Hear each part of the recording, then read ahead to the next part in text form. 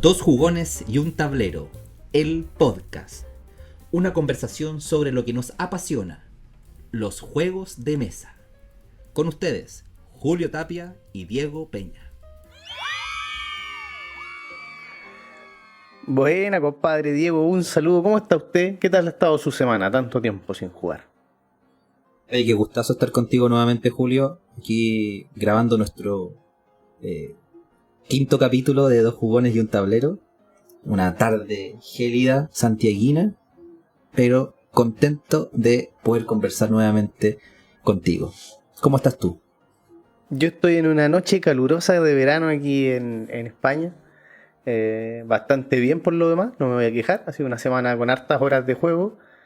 Hace bastante tiempo que no nos vemos ahí en la VGA jugando, pero bueno, ahora ya salimos a jugar más, ¿no? ¿Cómo ha estado tu semana jugona? A ver, ¿qué has jugado? Cuenta brevemente a la gente, sácale empacho con tu menú lúdico. Efectivamente, la semana ha estado bien nutrida de partidas. La puedo comenzar incluso un poquito antes del sábado, donde un amigo, Pablo, salió de vacaciones y teníamos ya bien pensado algunas jornadas maratónicas programadas con ocasión de sus vacaciones, para que las aproveche bien. Y bueno, el sábado pasado nos juntamos en la casa de Baldo, un tremendo amigo, compañero de mesa, y jugamos y probé por primera vez Ark Nova, una partida a 4 jugadores que no es el número ideal, pero el ansia y las ganas de querer explorar y entender cómo funciona el juego le ganaron a ese número ideal de jugadores de la BGG, y lo probé. También jugamos Gaia Project, Croquinole, y jugamos un juego bien interesante que se llama Comic Hunters, un juego editado en Brasil, donde hay hartos personajes de Marvel, un juego de set collection bien entretenido, y lo pasamos excelente jugando. Luego el lunes, como todos los lunes en el Entreturno Bistro, armamos una mesa, probé Tichu, un clásico de los juegos de cartas, buenísimo, un juego que se juega en parejas, muy bueno.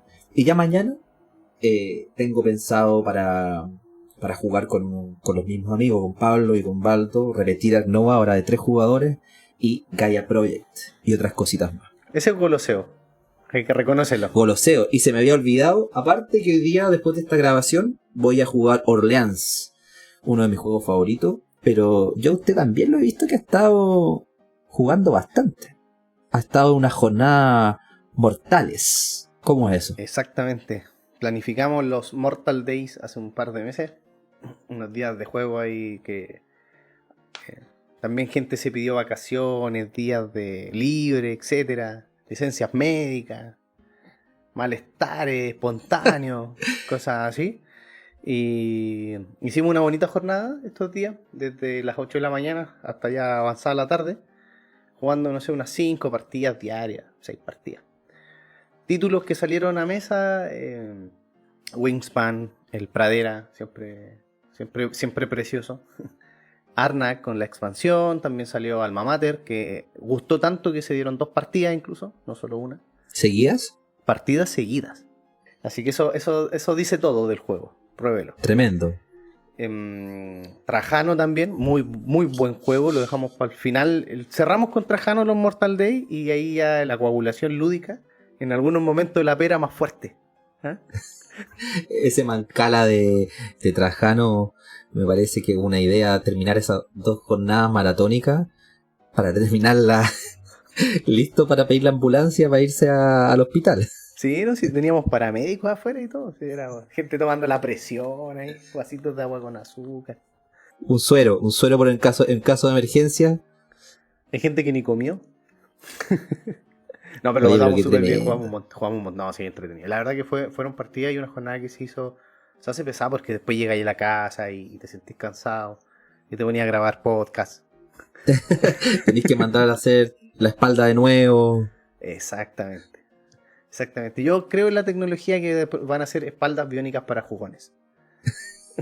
Eso sería como un componente especial para comprar ahí, como una prótesis. Un upgrade claro. Upgrade para el jugón. Sí, una sobreproducción. Exacto. Aparte me contaste que fuiste, y esto fue antes de grabar, sin tus anteojos. O sea, aparte fue Sí, una jornada. sí, el lunes, o sea, el martes se me quedaron los lentes. Y agarré todo el día sin lentes, pero ya después quería, como cuando uno va a la nieve y no lleva gafas, así como que andáis como mareado, y como que quería caer desmayado en alguna parte en una zanja. Vertiginosas, jornadas vertiginosas podríamos decir. Si le va a poner Mortal Day, tiene que ser con temeraria la cosa. Po. No, yo juego sin lentes, listo. Supera esa. Me parece notable. Y esos atracones lúdicos, o como tú le dijiste, glotonería, a mí me encantan. O sea, que tire la primera piedra que tire el primer nipple que no ha pecado. Porque El primer token. el primer toque.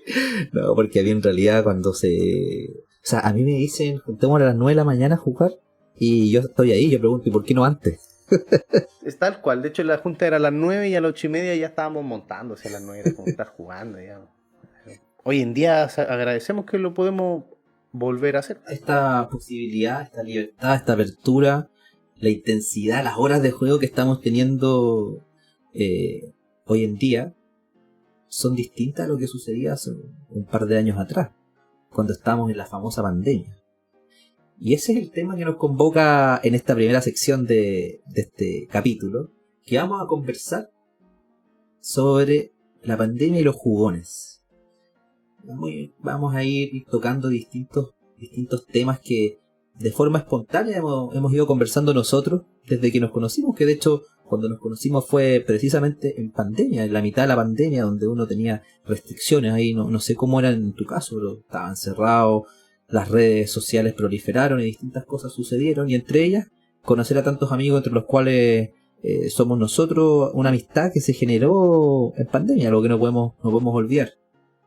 Creo que esta es una historia que evidentemente a todos nos va a pesar un poquito recordar algunas cosas, porque no fue una etapa tan linda de todos en nuestra vida, pero creo que en la vida hay que ver la parte positiva, aunque sea en su mayoría algo trágico.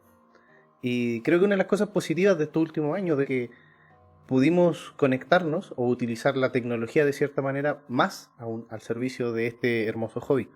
Y crecieron plataformas, crecieron comunidades, crecieron redes sociales, entre las que nos incluimos, y un montón de cosas positivas en pos de poder seguir jugando. O sea, al final, ese es el objetivo de todo lo que estamos hablando hoy en día. Yo creo que es esa, cómo el ser humano o el friki jugón, digámoslo así, el homo jugonis, Ludens. el homo ludens, buscó las herramientas para mantenernos. Yo creo que aquí, nosotros como no tenemos pauta para esto, habría que empezar a verlo desde el punto de vista de cada uno, no sé. Sí, es bien interesante el tema, porque lo que tú estás mencionando, porque pareciese ser que en momentos donde había tanta incertidumbre sobre lo que iba a suceder, donde habían restricciones de desplazamiento en muchas partes del mundo, donde había también una especie de paranoia por este virus que estaba, que hasta el día de hoy, pero gracias a las vacunas con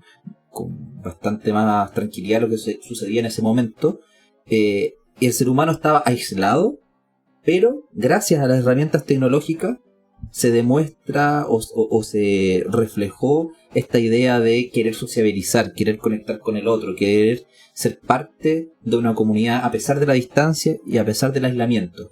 Entonces es bien interesante este tema de cómo en pandemia se fueron proliferando perfiles de Instagram, se empezaron a organizar, los chats de WhatsApp, muchísimos también aumentaron en pandemia. A mí me pasaba que en pandemia jugué mucho, por ejemplo, Ticket to Ride en la aplicación, con algunos amigos, la de Catán también, con amigos que no son tan jugones, pero era una manera de conectarnos, de estar ahí. Y yo creo que la pandemia hizo muchos cambios. Creo que, por lo menos en mi caso, yo te cuento un poco, yo antes de la pandemia tenía un grupo de amigos con que yo jugaba, muchos eran del colegio, de muchos años, y con la pandemia, precisamente por muchos perfiles de Instagram, redes sociales, YouTube, etcétera, me empecé a dar cuenta de todo lo que había y que yo no había visto. O sea, lugares donde se juntaban a jugar las personas, críticos, canales, etcétera, etcétera. Entonces fue una especie de momento epifánico, por así decirlo, donde me di cuenta, oye, no soy solamente yo con mi grupo de amigos, sino que hay muchos más. Y empezaron a proliferar todo este tipo de personas y que empecé a conocerlas, pues y así nos empezamos a escribir y empezar a armar lazos. No sé cómo fue en tu caso, como desde este punto de vista de cómo lo viviste tú allá en España, en la pandemia. Yo creo que fue una forma de poder darme cuenta realmente en dónde estaba situado. En el sentido de que siempre he sido bueno para jugar juegos de mesa.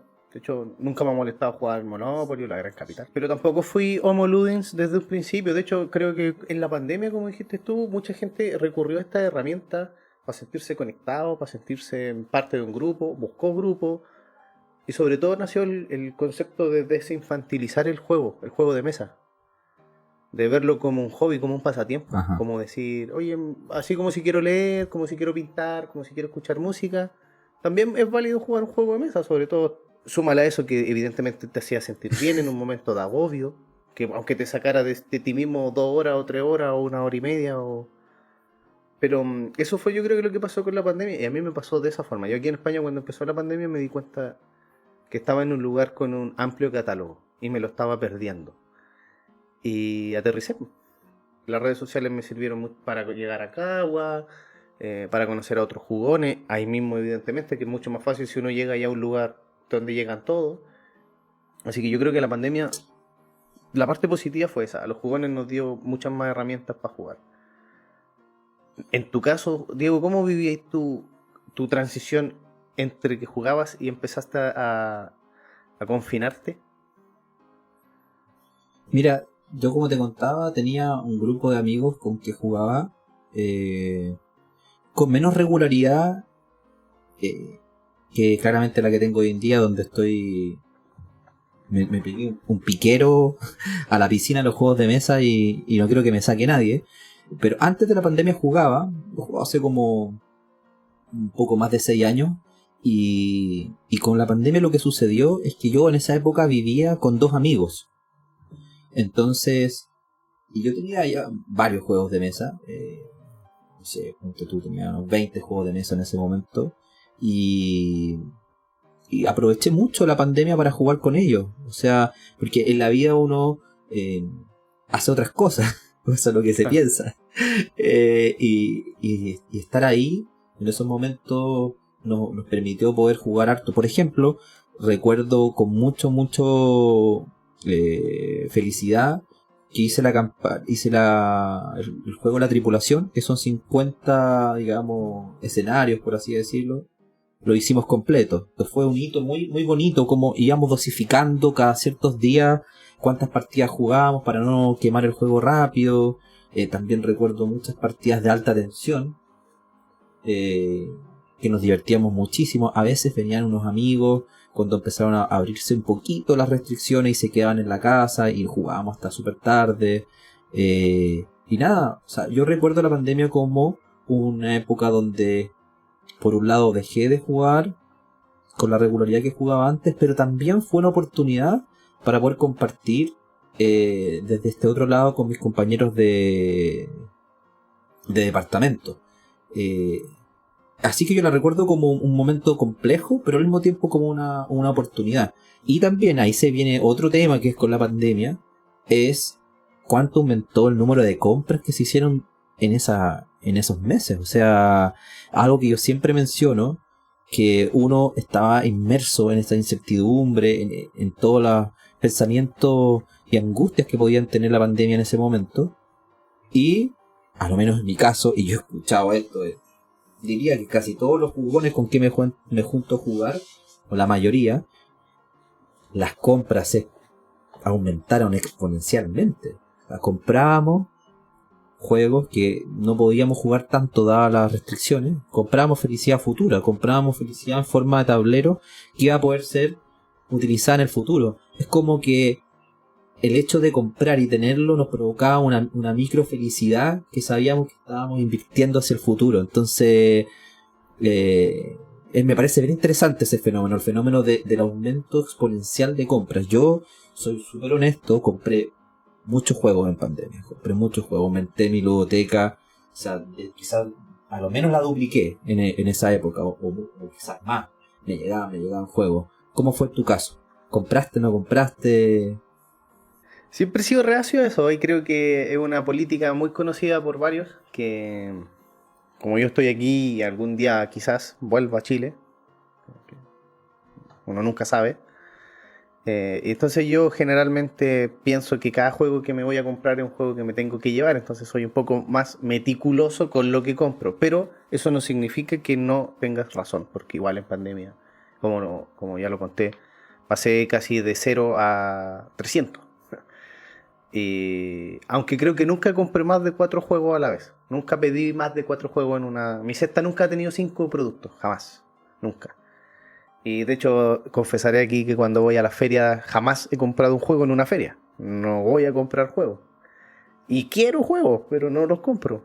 Fue difícil y también creo que la espiral de compras que se vio, y lo conversándolo con el tendedero local, etcétera, también erradicaba un poco lo que tú decías, la promesa de la felicidad a futuro, la inversión también que se podía hacer en un juego de mesa. Mucha gente también lo vio como un negocio. Aquí ocurrió mucho que se juntó el fenómeno de que la gente había mucha demanda, por decirlo de una forma más técnica. La oferta era limitada, porque todos sabemos que la cantidad de copias de juegos de mesa que sacan no pasa por un proceso de mercadotecnia ni nada, sino que sacan una cantidad acotada y segura de venta.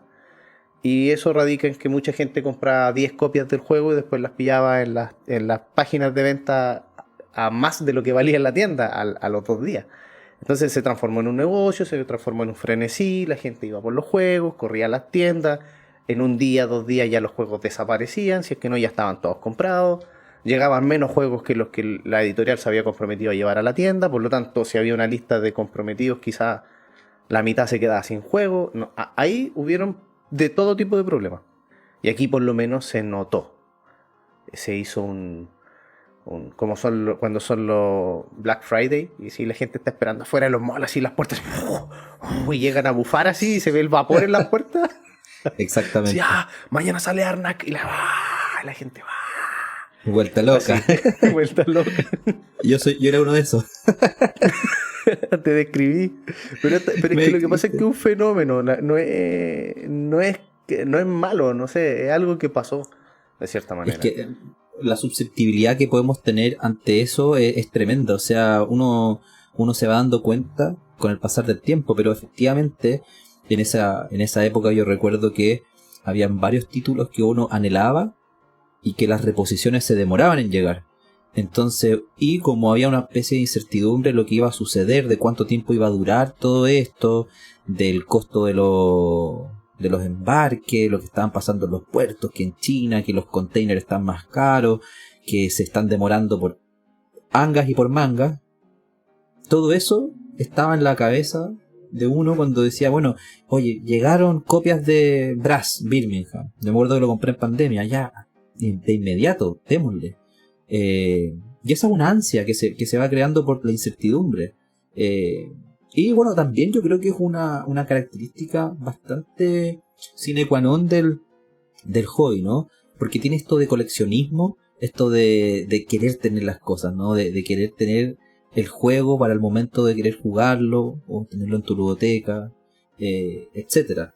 Pero estoy súper de acuerdo contigo, como todo lo que sucedió por las ansias de querer comprar los juegos, me pareció que fue muy, muy impresionante. Y eso también implicó un aumento de tiendas, de ventas de juegos de mesa por internet. O sea, por lo menos acá había varias tiendas de formato, digamos, físico, y salieron muchas tiendas por internet, y también se crearon varias tiendas después físicas post pandemia. O sea, la pandemia hizo que creciese de cierta manera también la industria. O sea, a varias editoriales les fue súper bien durante pandemia. Es como este anhelo de los seres humanos de querer, en momentos de soledad, de querer formar comunidad. Entonces, como que el juego de mesa se vio como una herramienta, como un vehículo para este momento, digamos, este momento donde más necesitamos humanidad, donde más necesitamos estar el uno con el otro, no lo sé, es bien interesante el fenómeno, pero aumentaron muchísimo las ventas, porque aumentaron tiendas, aumentaron, digamos, el catálogo de juegos de mesa, y yo creo que los números en general durante la pandemia estuvieron bastante buenos. En lo que tú comentas con respecto a la disposición de las culturas con respecto a los juegos de mesa, es muy real, ¿eh? Quizá nosotros en el mundo de los juegos de mesa no lo vemos, pero tras bambalinas, evidentemente para una editorial que tiene todo esto muy calculado, porque aquí hay un equipo de gente que no... Es su trabajo saber qué vender y cuándo vender, evidentemente. Ellos también lo vieron reflejado. Por ejemplo, la venta de juegos para niños creció. Muchas editoriales sacaron su división de juegos para niños, que antes nunca tuvieron ni les interesó una división de juegos para niños, al menos aquí. ¿Por qué? Porque ya venía una cultura pre-pandemia de estoy cansado que mi hijo esté conectado.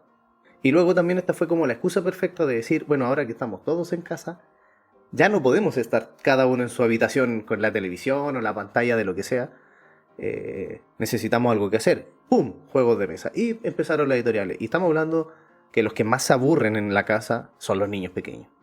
Porque si uno es más o menos adolescente, que yo me imagino que en pandemia también se aburrieron o se hastiaron, ya puedes pasar 5 horas con el teléfono. Pero un niño pequeño, bueno, quizás también, pero supongamos que se va a cansar más rápido, se hastían más rápido las cosas. Y a los papás les faltan herramientas para jugar con ellos.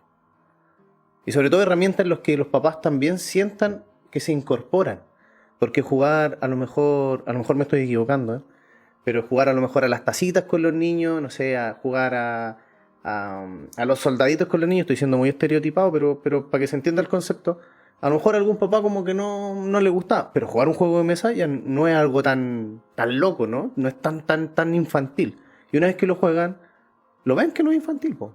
Estamos hablando de juegos, el Reino Hero, el Manda Huevo, un montón de juegos que los papás al final engancharon con los juegos y tú les preguntas, oye, sé que sí, ese juego es muy divertido, sé que es para niños, tiene un rinoceronte, que no sé qué cosa, pero me divierte, lo paso bien con mi hijo no pasa tanto tiempo conectado, conversamos, nos reímos, he conocido más a mi hijo porque sé cuando se pica, realmente ahora sé si se pica o no se pica, yo también me pico. Fenomenal. Si no te enganchas de eso, pura felicidad, básicamente. Y aparte de la industria, como estamos comentando, que creció, algo que ya anticipamos un poco hace unos minutos atrás, también las redes sociales, las cuentas, los medios lúdicos crecieron mucho también en pandemia. A mí me pareció bien interesante el fenómeno que se dio, porque hay, por supuesto, medios lúdicos que estaban, por lo menos acá en Chile, con anterioridad a la pandemia. Por nombrar solamente un par, Ketty, del perfil Jugando con Ketty, que es una de las personas más importantes dentro de la habla hispana de los juegos de mesa, haciendo tutoriales, explicando juegos de mesa, dando su opinión en los JCK, con su grupo donde juegan hace más de 10 años, fueron pioneros. También, por qué no decir a nuestros queridos amigos del podcast El Entreturno, ¿ya? A Gloria, Axel y JP, y a Pancho también, que hace muchos años que estaban con esto. Pero lo que sucedió en pandemia es que empezaron a nacer muchísimas cuentas y medios lúdicos. Y eso me pareció muy interesante lo que se fue dando, porque, como comentamos, por lo menos a mí, me sirvió mucho para poder enterarme de las cosas que habían. Me gustaba ver los distintos estilos de cada uno de estos perfiles, de cómo informaban, qué informaban, ir viendo el crecimiento de cada uno de ellos. Como que en el comienzo todos hacían más o menos lo mismo, unboxing, mostraban el juego, y cada uno después fue perfilándose con lo que eran, digamos, con lo que los hacían sentirse cómodos, mostrando su identidad como medio lúdico. Ir viendo ese crecimiento y esa proliferación de medios lúdicos claramente tiene como causa la pandemia, ¿ah? Muchas personas que en esos momentos quisieron desplegar su pasión en un espacio distinto del que tenían normalmente, y utilizaron el soporte electrónico, las redes sociales, para poder comunicarse con los demás de otra manera. Y eso es lo que me pasó por lo menos a mí también, y a ti también, que es lo que comentamos. O sea, yo estaba en la mitad de la pandemia, en diciembre, y yo estaba jugando bastante con mis compañeros, y un día dije, oye, si me creo un perfil de Instagram distinto al mío, para ir escribiendo mis percepciones de los juegos que voy probando. ¿Qué podría malir sal?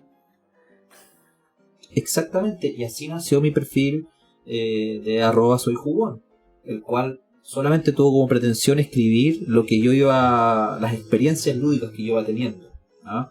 Y empezaron a pasar más y más cosas, me empecé a entusiasmar y empecé a desplegar, como dije anteriormente, y a juntar pasiones, la pasión por los juegos de mesa, la pasión por escribir, que yo, más allá de escribir contratos y demandas, como digo, no lo había utilizado para cosas distintas. En pandemia también aproveché y tomé unos cursos de talleres de escritura, de cuentos.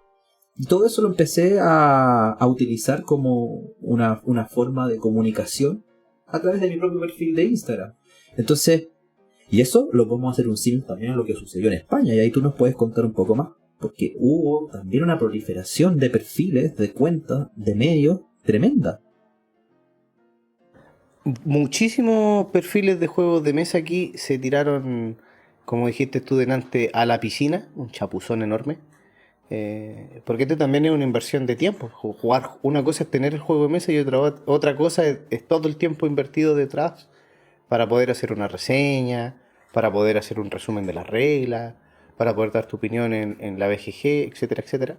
Pero la gente lo hizo, la gente invirtió, compró, jugó y las cuentas empezaron a dispararse con distintos objetivos también. No puedo hablar por todos porque yo no conozco a todos los Instagramers o YouTubers, etcétera. Pero yo creo que el objetivo común de todos finalmente era divulgar la experiencia de lo que jugamos, cómo lo jugamos, cómo nos comunicamos. Comunicarse, básicamente. Es algo tan propio del ser humano. Queríamos comunicarnos de alguna forma con los otros. Sí, ver qué iba a pasar después de empezar a construir esa nueva realidad. Incluso mucho asumiendo ya, si esto ya va a ser así, un buen tiempo al menos. Y adaptémonos, pues si total, jugar es jugar. ¿Y qué pasó después? ¿Qué pasó cuando terminó la pandemia? ¿Qué está pasando? Esa es la gran pregunta. Claro, más que terminar la pandemia, se empezaron a flexibilizar las restricciones que nos tenían en la casa. Y llegaron las vacunas. Y bueno, nos volvimos a encontrar. Y nos encontramos también con muchos jugones que conocimos por redes sociales. Y luego los empezamos a conocer. Eso fue muy, muy divertido. Yo recuerdo que fui a una venta de bodega de Devil el año pasado. Y yo llegué re temprano, o sea, llegué, no sé, a las 6 de la mañana. Y yo veía en la fila como mucha gente se acercaba unos a otros. Oye, tú eres el tanto, tú eres el tanto. Oye, ¿qué hace los ríos? Bastián del Borrata. Mira, Pablo Pizarro jugando JDM. Mira, estaba ahí Marquitos de lentes de mesa. Y de hecho, ahí lo conocí yo. Estábamos él estaba al lado mío en la fila. Y me pareció muy interesante el fenómeno que muchos nos conocíamos sin habernos visto. Y de ahí lo que sucedió es que empezamos a juntarnos. Y empezamos a conocernos también. Empezamos a conocer qué tipo de personas éramos, qué juegos nos gustaban jugar. Empezamos a compartir mesas. Empezamos a reunirnos en el Club del Dao. Después en el Turno Bistró. Y así, en distintos lugares y en distintos espacios. Básicamente nos volvimos a encontrar y empezamos a hacer lo que tanto ganas teníamos de hacer, jugar. Con lo que me pasó a mí cuando fui al DAO y ve, oh, tú eres de tal cuenta, sí, tú eres de tal cuenta, sí, oh, sí, hemos conversado 2 meses, 3 meses y nunca nos habíamos podido ver. Y de pronto te estás tomando un café, una cerveza, o jugando un jueguito por ahí, o comentando, mira este juego, mira esta novedad, como si tú hubieses visto ayer. Yo creo que ratificó un poco lo bien que hace jugar juegos de mesa. Absolutamente. Aparte es bien interesante el hecho que en el fondo, bueno, las redes sociales tienen una pretensión comunicativa y también exhibicionista, por así decirlo. O sea, vamos a entrar a conversar todos los análisis que se hacen. No sé, Byul Chun Han, que es un filósofo contemporáneo, habla bastante de esta sobreexposición que tenemos las personas. Entonces es interesante cómo uno conoce mucho a una persona precisamente por esa sobreexposición sin haberla conocido. O sea, como que yo veo las historias de Instagram tuya y yo sé lo que estuviste haciendo, ¿ah? Claro. Y sin conocernos, oye, ¿y cómo estuvo la partida de tanto? Entonces me parecía muy curioso el fenómeno que luego de esta sobreexposición que tuvimos en pandemia a través de las redes que fuimos creando, pareciese que ya nos conocíamos mucho, ¿ah? Entonces como que todo fluyó de una manera mucho más fácil. Bueno, post pandemia volvieron las jornadas, volvieron las juntas, volvieron las partidas, salieron los nipples, las losetas y los dados a mesa, y por lo menos en mi caso, Julio, para mí fue como un nuevo despertar, como un renacer, por así decirlo, porque claro, ya hemos conversado lo que sucedió en pandemia, pero cuando empezaron a cesar estas restricciones, yo utilicé toda mi energía y el tiempo que tenía y que tengo para jugar, porque al final eso es lo que a mí me gusta, jugar juegos de mesa. Y mis prioridades también en la vida cambiaron, porque en pandemia uno puso, al menos en mi caso, en perspectiva las cosas que estaba haciendo, las cosas que quería hacer, cuestionamientos, crisis existenciales en algunos, reafirmaciones de proyectos de vida en otros, no lo sé. Pero al menos cuando yo salí de estas restricciones tenía una convicción absoluta, quiero jugar juegos de mesa. De cierta forma la pandemia exacerbó un pasatiempo que tenía y de pasatiempo se transformó en pasión. Y eso me parece muy bonito, porque luego que cesaron estas restricciones, ya tenía bastante claro que esto era algo que no iba a ser pasajero, sino iba a ser algo a lo cual me quería dedicar y quería utilizar mi tiempo, mis energías para organizar partidas, para conocer jugones, para probar juegos de mesa, para aportar desde mi lugar a la industria, porque, y eso lo hablaremos en otra oportunidad, los juegos de mesa para mí reúnen muchas cosas que me hacen una mejor y más feliz persona. Y yo veo en tu caso lo mismo, o sea, veo que cesaron las restricciones y nos fuimos a Cagua, nos fuimos al club. De cabeza. Pero sí, mira, cuando hablamos yo creo que de juntas, de lugares, de jornada, los que tenemos el privilegio de tener un lugar físico estable para ir a jugar 24/7 si queremos, los que tienen su tienda amiga, que tiene un par de mesas, el Club El Dado allá en Chile también, el Entreturno Bistró, los lugares que siempre comentamos porque al final son lugares que uno quiere porque ocurrió para muchos algo mágico. Yo no tuve una comunidad jugona antes de la pandemia. En Chile la empecé a hacer, pero con vecinos y jugando Risk. A mi amigo le gustaba mucho jugar Risk. Partíamos por lo cortito, partíamos. Por los fillers cortitos, Risk, 3 horas. Pero nunca un juego moderno, nunca algo así tan elaborado como conozco ahora. Entonces, yo creo que lo que pasó ahora que tenemos junta, a diferencia tuyo, es que yo ahora me junto, no volví a juntarme, empecé a juntarme. Y por lo tanto es mucho más importante, a lo mejor mucho más relevante para mí que estos lugares de poder juntarnos, estas instancias de poder juntarnos a jugar el juego que sea. Nos dan como la oportunidad de poder, como dijiste tú, tener una vida más feliz. Porque dentro de la pandemia pudimos cambiar nuestra perspectiva y entender de cierta manera que los que jugamos, los que nos gusta jugar juegos de mesa, que ya vale la pena invertir tiempo. Ya no estamos hablando solo de comprar, porque aunque es difícil, pero una cosa es comprarlo y otra cosa es jugarlo. Y el tiempo siempre es una inversión, porque los días tienen 24 horas para todo, tal cual. Y jugar un juego de mesa muchas veces es una inversión de tiempo, pero que vale la pena. No deja un mejor sabor o peor sabor de boca el juego, pero siempre nos deja una bonita ganancia jugar. Nos conocemos más. Desvirtualizarnos también hizo que se generara un efecto que se conoce como una contradicción vital, porque para muchos pasaron de un entorno, como es los medios digitales, total y absolutamente ajenos, de hecho ni siquiera tú sabes quién está del otro lado de la pantalla, a una actividad que es total y absolutamente lo opuesto, vernos las caras, conocer nuestras actitudes, saber cómo nos comportamos, en una instancia con reglas, con normas, que todos tenemos que respetar, que todos tenemos que seguir, es muy distinto. Esas son, yo creo, las grandes ganancias de que hoy en día podamos gozar de lugares, nuevamente, y espacios para jugar, pero con una oleada de jugones más grande, con una perspectiva distinta a la anterior, y también creyendo de que los juegos son una bonita instancia para conocer personas. Al menos son un filtro muy bueno para saber con quién me quiero seguir juntando y con quién no, digámoslo así. Absolutamente, y muy muy bonito lo que tú estabas mencionando. Suscribo absolutamente en cómo se sintió todo este proceso. Yo creo que el último tema, para cerrar la sección, que te quería plantear es el hecho que conversamos también del nacimiento de muchas redes sociales y de medios lúdicos durante la pandemia, precisamente por las restricciones que había.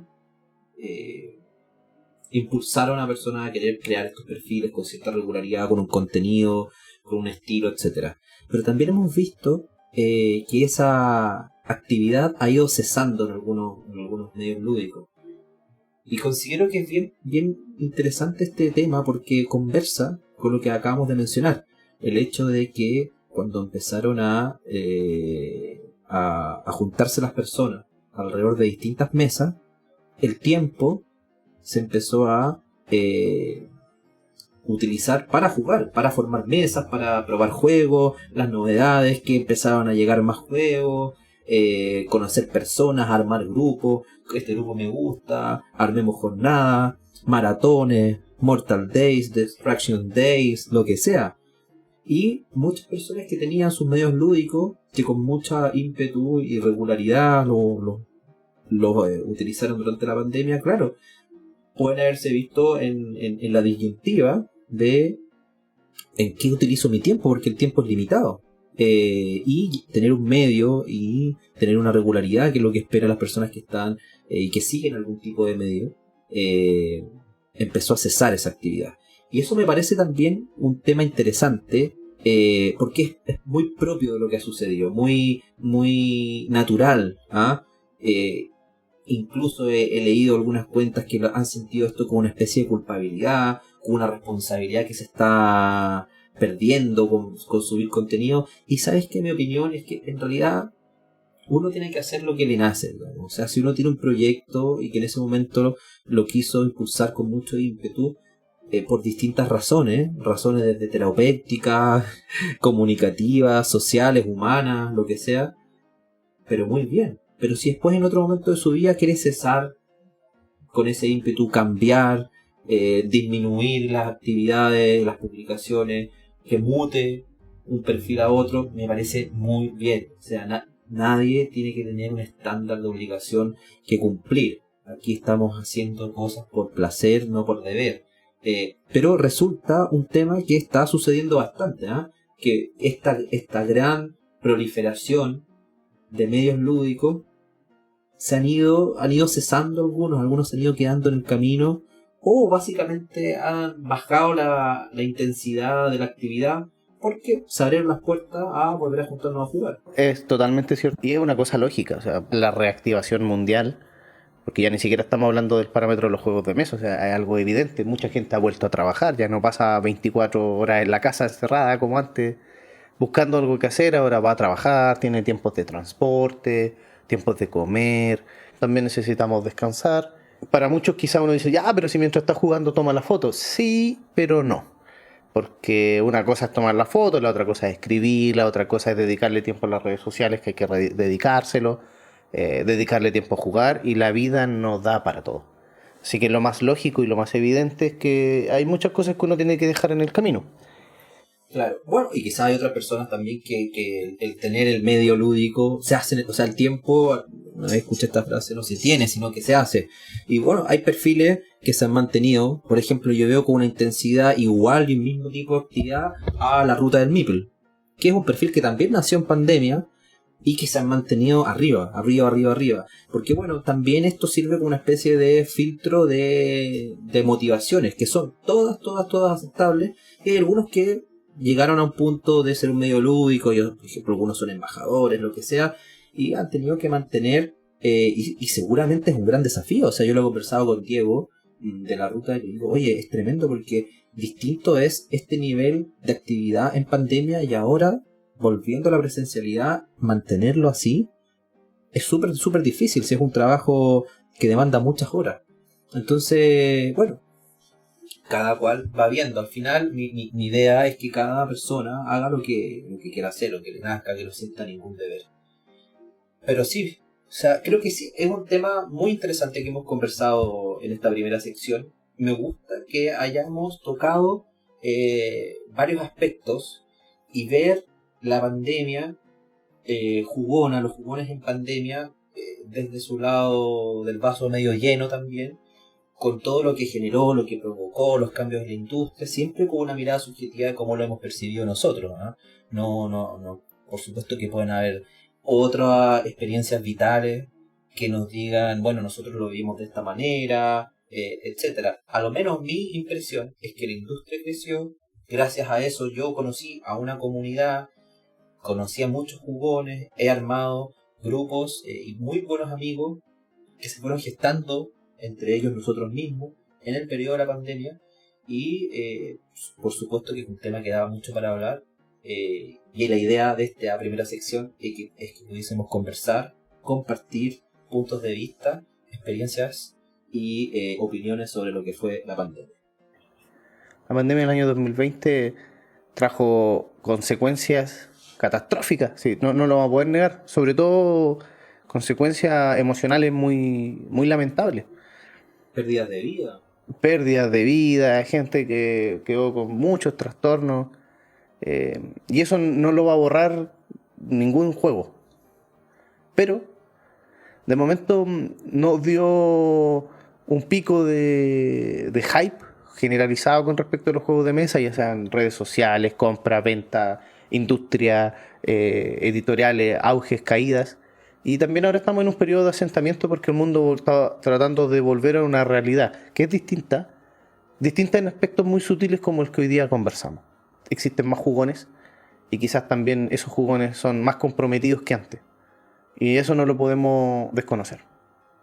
Es una bonita consecuencia de algo que quizás no esperábamos que nos afectara así y quizás adelantó muchos procesos culturales, ¿eh? Uno nunca sabe cuánto nos íbamos a demorar antes sin que esto pasase en llegar al punto en el que hoy buscamos jugar, conocemos más de los juegos, entendemos más de la industria e insisto, dejamos de sancionar al juego por creer que es algo infantil, que yo creo que es una de las consecuencias más importantes de todo lo que hemos conversado hoy día, que ya los juegos se ven como una herramienta importante para poder pasar mi tiempo, no para perder mi tiempo.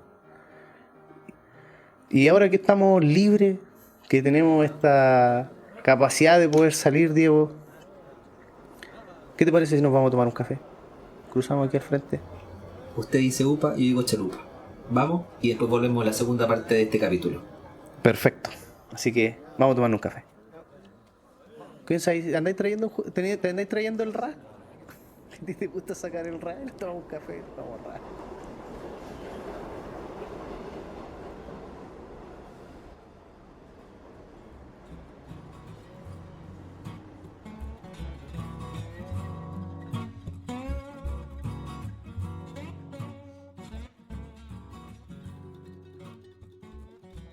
Estamos de vuelta después de este cafecito con mi amigo Julio para dar comienzo a esta segunda sección que aparte va a ser una segunda vez que juguemos a reseñar. Y en esta oportunidad vamos a reseñar un juego que ya mencionamos en el capítulo 2 y un juego que se llama Iki. ¿Cómo te quedó el ojo? Me gusta el nombre, me acuerdo de una serie de pequeño que vi. Que tiene que ver, ¿eh? Viene más o menos del mismo lado del mundo. Viene del mismo lado. Pues nosotros quisimos reseñar este juego por varias razones. La primera es porque nos gusta mucho y yo quiero también ir escuchando la opinión de Julio porque en el segundo capítulo, si mal no recuerdo, había quedado con una sensación un poco amarga en las primeras partidas, pero que estuvo determinado porque hubo algo mecánicamente del juego que no lo habían hecho bien. De hecho, un día me preguntó, Diego, a mí hay algo de este juego que no me calza. Diegopedia. Y le comenté, claro, y le dije, no, porque están haciendo esto mal. Y ahí vinieron nuevas partidas y por lo que hemos conversado fuera de micrófono, las sensaciones cambiaron. Entonces a mí me parece muy interesante la conversación que se va hoy día sobre nuestras sensaciones de Iki, está jugando a reseñar, porque han pasado partidas bajo el puente y es un buen momento para hacerlo. Comencemos. ¿Qué te parece? Mandémosle. Me parece perfecto. Un pequeño resumen. Exactamente, una pequeña ficha técnica. Una pequeña ficha técnica. A ver. Iki es un juego del año 2015 de un diseñador japonés, un juego japonés, Kota Yamada. En el año 2015 saca este juego, publica este juego con un arte distinta al que conocemos en esta nueva edición, que es el año 2021. ¿Ya? Esta nueva edición, como acabo de decir, tiene una gráfica distinta y nosotros hemos podido probar, a lo menos en mi caso, una edición que viene de la mano de la editorial chilena llamada Fractal, que editó este juego, se atrevió, los aplaudo muchísimo por el coraje y por la buena visión que tuvieron a editar este juego. También está editado en español por Arrakis, y esas han sido las ediciones en español que hemos podido probar, ¿ya? Este juego, que es del año 2015, con esta nueva edición, con un nuevo arte, como mencioné, un juego de 2 a 4 jugadores, con tiempo de duración más o menos de 1 hora y media, 2 horas, peso BGG 2.98, o sea, un euro peso medio, y entrando a un pequeño resumen de que trata el juego para los que no han tenido la oportunidad de jugarlo, que desde ya les digo, si no han podido, traten de buscar el momento de probarlo. Este juego, que aparte durante el año 2022 estuvo nominado a los As d'Or, este premio francés, en la categoría de juego del año en su apartado de experto, con Dune Imperium, que lo ganó Dune Imperium esa premiación. En este juego, la mecánica principal que tenemos es la mecánica de un rondel, ¿ok? ¿De qué se trata Iki? Iki es un juego en el cual nosotros tratamos de ser el mejor Edoko, el mejor hijo ilustre de la ciudad de Edo. Edo es también la ciudad que hoy día se conoce como Tokio. Así se conocía en la época medieval. Allí nos vamos a encontrar en la zona de Nihonbachi, donde se encontraba un mercado muy concurrido de la ciudad, y a lo largo de esta calle se ubicaban distintos puestos comerciales que invitaban a los clientes a hacer negocios. ¿Qué es lo que vamos a hacer? Alrededor de este mercado vamos a ir moviendo nuestras piezas a través de un rondel. El juego se va a jugar a lo largo de 13 rondas, las cuales simbolizan los 12 meses del año más el día del año nuevo. A su vez, estas 12 rondas iniciales, digamos, porque el año nuevo lo separamos, van a estar divididas por estaciones, divididas en 3. Y al final de cada una de estaciones va a haber una fase de mantenimiento y una puntuación asociada. ¿Cómo vamos a jugar? Es muy interesante. Como les dije, es un rondel variable, diría yo. Este juego se juega en 2 fases. En la primera, a partir del track de incendios, que se llama, porque en ciertos momentos va a entrar un incendio a la ciudad, y que eso va a un tema que vamos a conversar. El que esté más adelantado en este track de incendio, que uno va a poder subir en este track, va a tener la posibilidad de ubicarse en uno de los espacios que te va a permitir moverte en este rondel que está en este tablero donde están los puestos comerciales y también los comerciantes. Tú te vas a poder mover 1, 2, 3 o 4 espacios. Y hay un espacio especial donde te permite mover entre 1 y 4. En la primera fase nos vamos a ubicar en ese orden de turno, en un lugar elegido específicamente, porque si yo elijo que me voy a mover 3 espacios, me tengo que mover a lo menos 3 espacios. Me voy a poder mover más con unas sandalias que uno puede adquirir, pero es muy importante dónde me ubico, porque así voy a ver cuántos espacios me voy a mover en el rondel. Una vez que hacemos eso, y en el orden de turno elegido previamente, uno va a poder elegir cada jugador o recibir 4 monedas o contratar un comerciante.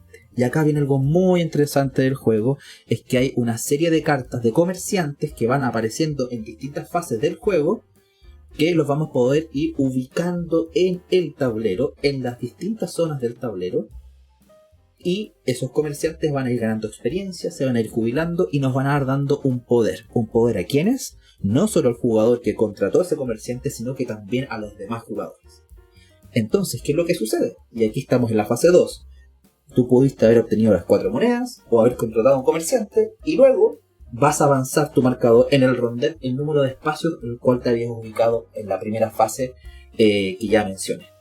Me voy moviendo y al terminar mi movimiento voy a poder ejecutar la acción que está en el puesto comercial que viene en el tablero más una de las 2 acciones posibles de los comerciantes que se van a ubicar en ese puesto comercial. Eso le da un factor de variabilidad al juego, al rondel tremendo, maravilloso, y que ya lo vamos a comentar. Así, el juego lo vamos a ir haciendo a lo largo de las 12 rondas. Al final de cada estación, que son por 3 rondas cada una, va a haber una fase de mantenimiento donde vamos a cambiar las cartas, vamos a cambiar los pescados que uno puede adquirir, nos van a dar puntos de victoria a través de un set collection, vamos a cambiar como mencioné, las cartas, las pipas y los tabacos que nos van a dar puntos por distintas condiciones que se pueden durante el juego.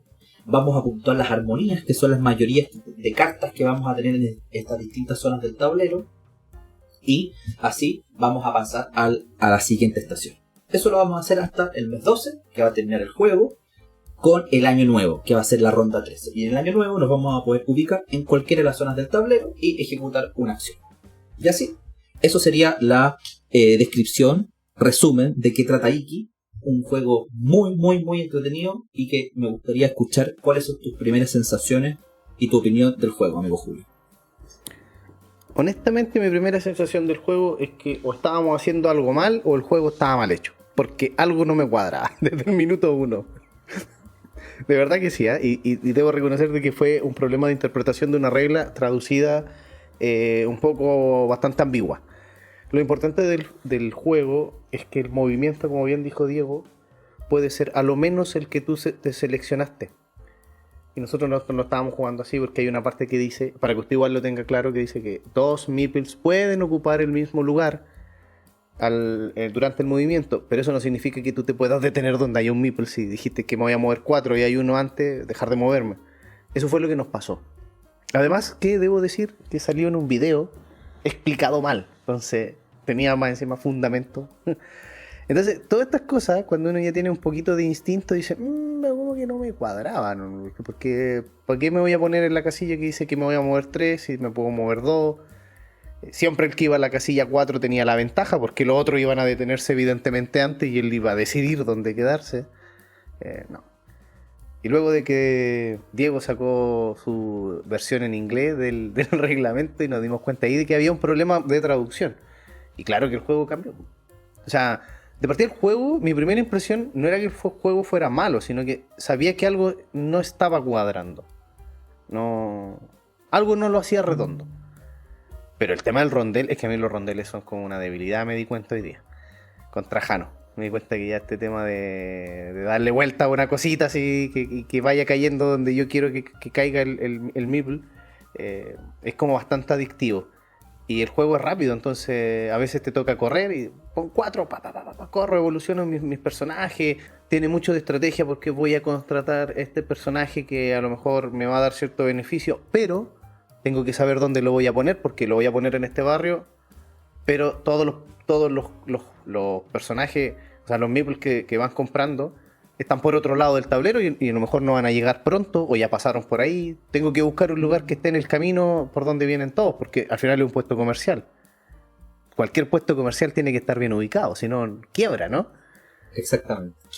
Entonces tengo que ubicarlo bien. Lo pongo aquí, viene un incendio, que eso yo creo que es la tortura. Los incendios son la tortura para la gente que hace estrategia a largo plazo. ¿Cómo el tema de los incendios? Que cada cierto meses, no necesariamente los mismos meses de mantención, ojo, puede ser un poco antes o un poco después, ocurre un incendio en el barrio comercial. Y cada barrio tiene un color, que son 4 colores, y esta ficha de incendio de la que hablaste tú, que además nos daba el orden de poder escoger el movimiento con... ¿Cómo es que se llaman los personajes? quiero decir bien el nombre. Los Kubun son los que caminan y las otras son las Oyakata. Las Oyakata son las que se ponen, ¿no es cierto? Determinan el lugar, pero para poner la Oyakata, para poder decir cuánto yo me quiero mover, antes de eso tengo que estar aumentado lo más que pueda mi track de fuego. Esa es la primera ventaja del track de fuego, que te permite a ti escoger primero, o segundo, o tercero, cuánto me voy a mover. Pero la otra ventaja del track de fuego es que para el momento del incendio, puedes ser el cortafuego del incendio. Si es que tú tienes el nivel que piden los incendios, y cada vez que se hace un incendio te pide más nivel, no sé cómo llamarlo, nivel de incendio, nivel de bombero, nivel potencia. De extinción. Claro, como la potencia del el fuego entra con una potencia y tú tienes una potencia también de poder extinguirlo. Claro. Y si y se van quemando puesto a puesto. Entonces, el primero tiene una potencia y el primero lo tiene que parar con el máximo, y a la segunda casilla disminuye un poco la potencia. Y así. Se te puede quemar el barrio entero. Te lo digo al tiro. ¿Qué pasa? Y pasa mucho. Lo que yo creo, bueno, pero es que ya es la mala intención mía, Diego, y esto no te lo he dicho nunca, pero que toda la gente va a escuchar tu reacción. Cuando comienza el incendio, que va en un sentido, si el primero corta el fuego o tiene la potencia para poder detenerlo, el resto se salva. Es así, ¿verdad, no? Correcto. Ya. Yo creo que debería seguir el incendio. Para ver si es que el otro tiene la potencia, porque a mí me ha pasado que algunos se dicen, pero el Julio tiene la potencia. Yo no me preocupo más del incendio. Claro, y ubicas tus cartas que fuiste adquiriendo de comerciante atrasito de la otra para tener ahí el seguro. El seguro. Yo creo que aquí, comerciante que fue a hacer el curso contra incendio, salva su puesto. Y el que no, creo yo. Algunos dicen, no, es que eso sería súper terrible. No, yo creo que hubiese sido quizás un poquito el tema del incendio. Usted le dice en el guasón, quiere ver Edo arder. Claro, quiero ver el troquel arder. pero no, por tu reacción, veo que no es una mala propuesta. No es tan descabellada. Quizás un día donde quiera que haya más caos en las partidas podría proponerlo. Lo que pasa es que yo creo que es interesante el punto. El problema que veo es que, bueno, como temáticamente pensando, oye, si es que hay un grupo de artesanos, comerciantes, por este jugador, el jugador, no sé, rojo, que logró parar el fuego, entonces yo me imagino a alguien, no sé, pues, combatiendo con el fuego, extinguiendo el fuego. Y luego que se extingue el fuego, como que extraño que vuelvan a hacer, por así decirlo, o que siga. No es un portal. Exacto, pero al mismo tiempo alguien podría decir, oye, pero hay una ficha que uno puede adquirir en la partida que te permite salvar del incendio aún alguna carta que tú tengas en el tablero y el fuego sigue igual. Entonces, pero ¿por qué en un caso al extinguirlo sigue y en el otro sí? Entonces ahí es medio contradictorio. Así que creo que es una idea que puede tener orilla. Hay que anotarla como una regla casera y ya. Una regla casera. Bueno, esa parte del fuego que estamos conversando, ya dando nuestras apreciaciones del juego, es la que yo he escuchado en más lados como el aspecto negativo del juego.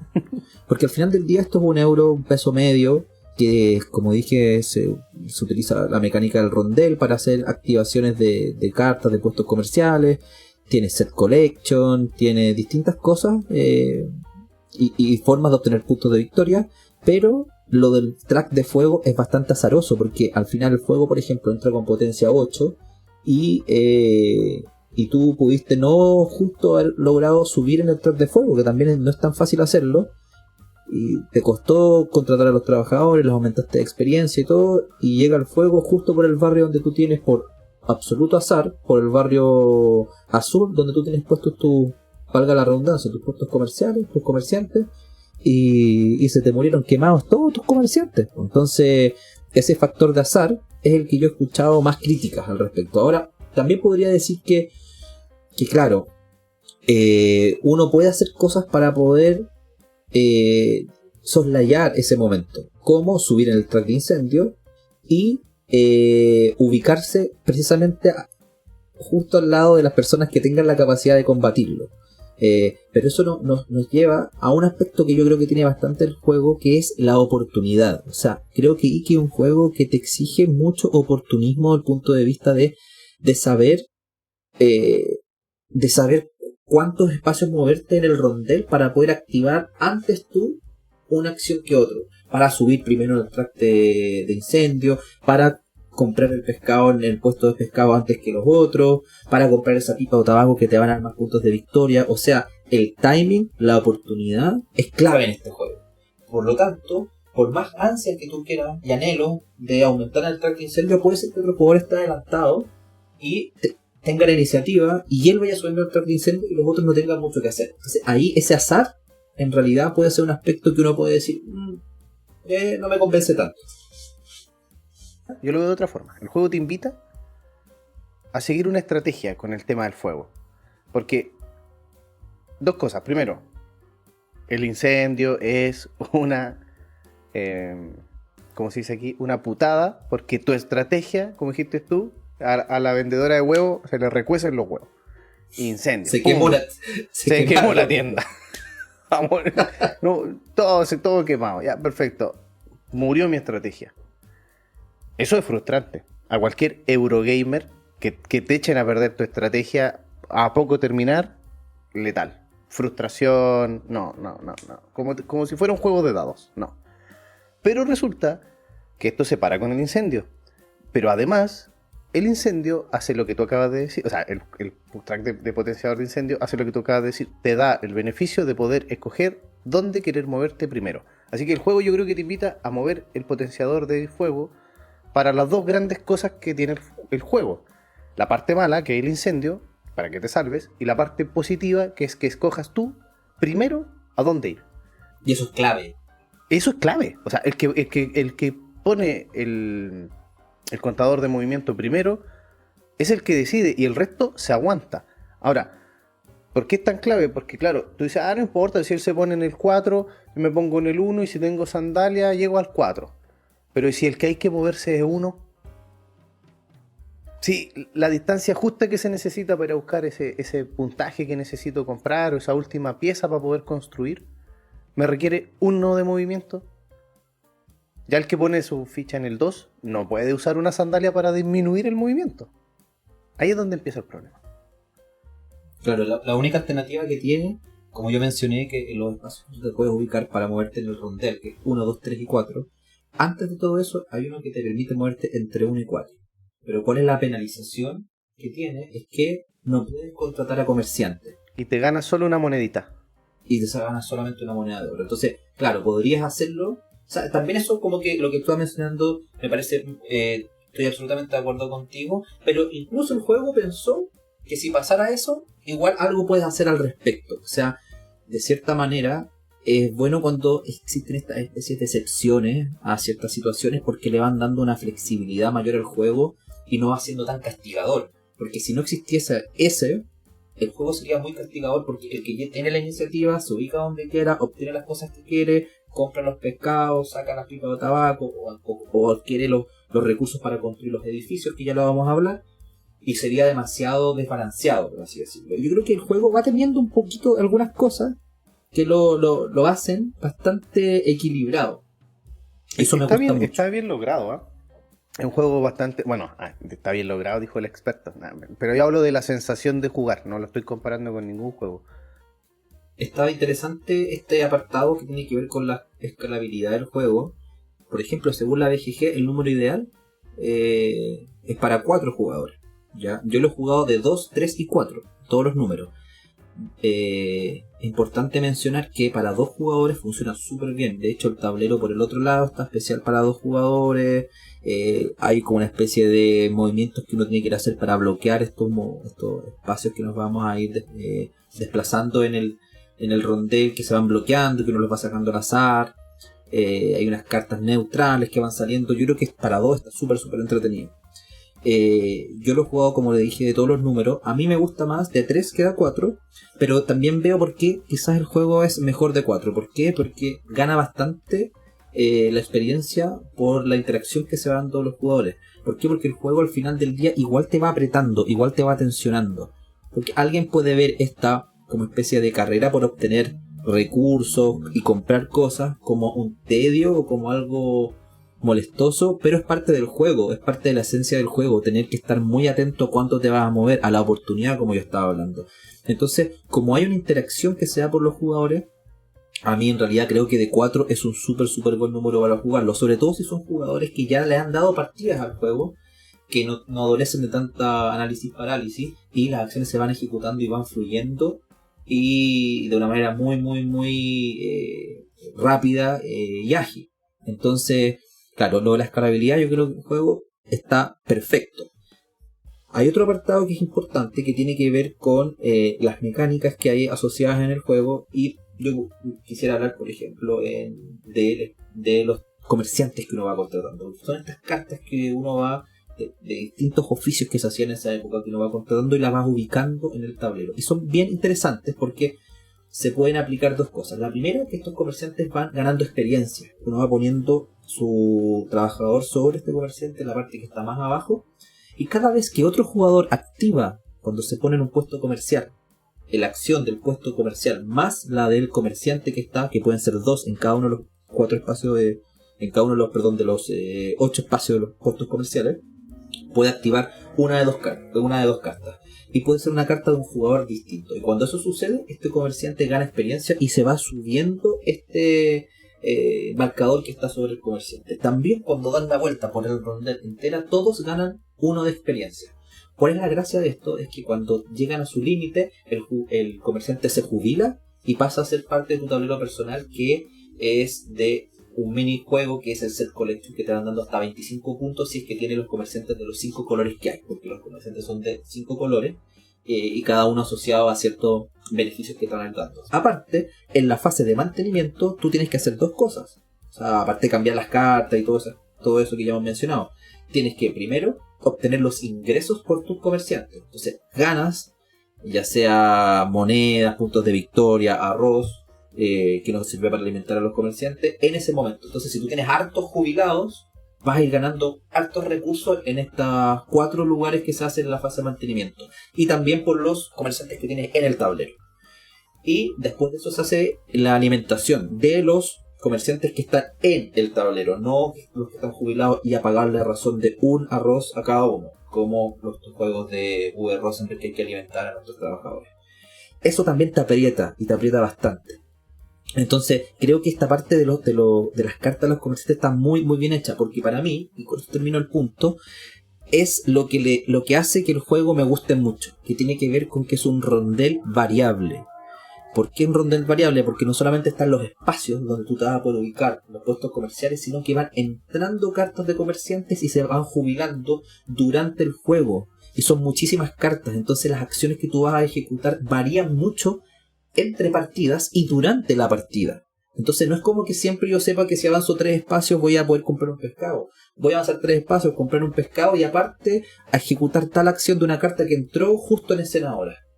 También eso nos implica saber cuánto contratar, porque si tú contratas en un momento donde no tienes comida para alimentar, se te van a morir de hambre los trabajadores que tienes contratados. Entonces, para mí, la parte de las cartas de los trabajadores que se van contratando a los comerciantes, este rondel variable, hace que el juego me guste mucho.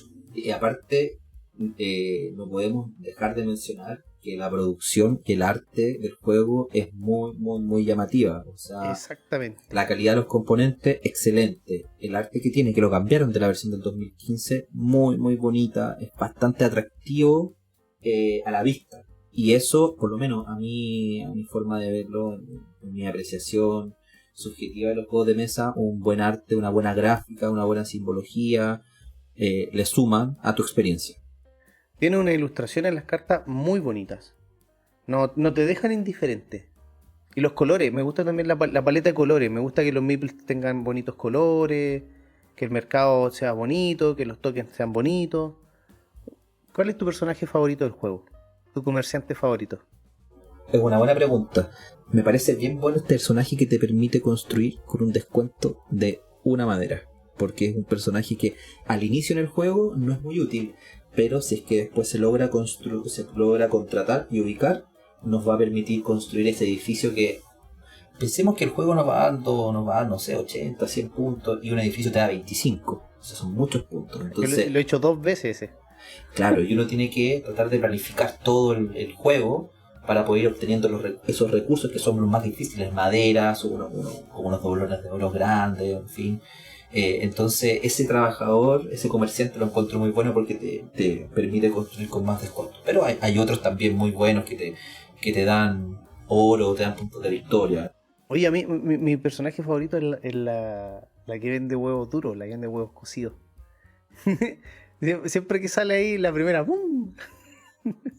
Esa se autoalimenta solo. Oye, hablando de huevos cocidos, ¿te parece si aquí en la esquina hay una señora que hace un pancito con huevitos? Pan de huevo. Sí, vamos a terminar de tomar desayuno y volvemos a nuestra última... a despedirnos. Perfecto. Del programa ya. Vamos a dar una vuelta a ver si es que tienen huevos cocidos y volvemos.